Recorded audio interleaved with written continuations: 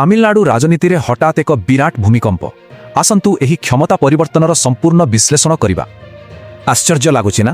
Superstar ଅଭିନେତା ବିଜୟ ଏବେ ଆନୁଷ୍ଠାନିକ ଭାବେ ରାଜ୍ୟର ନବମ ମୁଖ୍ୟମନ୍ତ୍ରୀ ହୋଇଛନ୍ତି। ଆଉ ସବୁଠୁ ବଡ଼ କଥା ହେଲା ତାଙ୍କ ଦଳ ଟିଭିକେ ମାତ୍ର 2 ବର୍ଷ ତଳେ ଗଢ଼ା ହୋଇଥିଲା। କି ଦ୍ରୁତ ଉନ୍ନତି!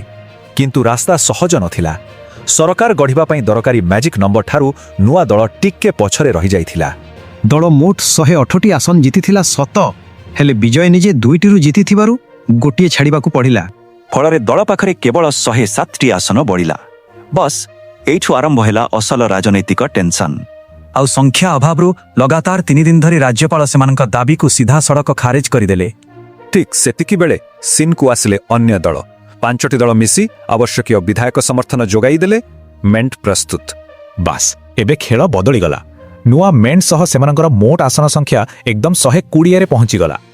ବହୁମତ ମିଳିବା କ୍ଷଣି ଗୋटे ବିରାଟ ଓ ଚମତ୍କାର ଶପଥ ଗ୍ରହଣ ଉତ୍ସବ ସହ ନୂଆ ସରକାର ଗଠନ ହେଲା।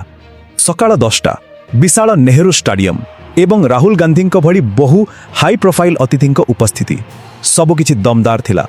ଆ ମୁଖ୍ୟମନ୍ତ୍ରୀ ଏକା ନଥିଲେ, ତାଙ୍କ ସହ ମଜବୁତ ସାଥୀ ଭାବରେ ଅନ୍ୟ 10 ଜଣ ମନ୍ତ୍ରୀ ମଧ୍ୟ ଶପଥ ନେଲେ।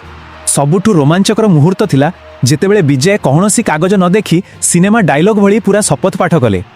ଏହି ଅନ୍ଦାଜ ତାଙ୍କର ସୁପରଷ୍ଟାର ଇମେଜକୁ ବାସ୍ତବତାରେ ବଦଳାଇ ଦେଲା।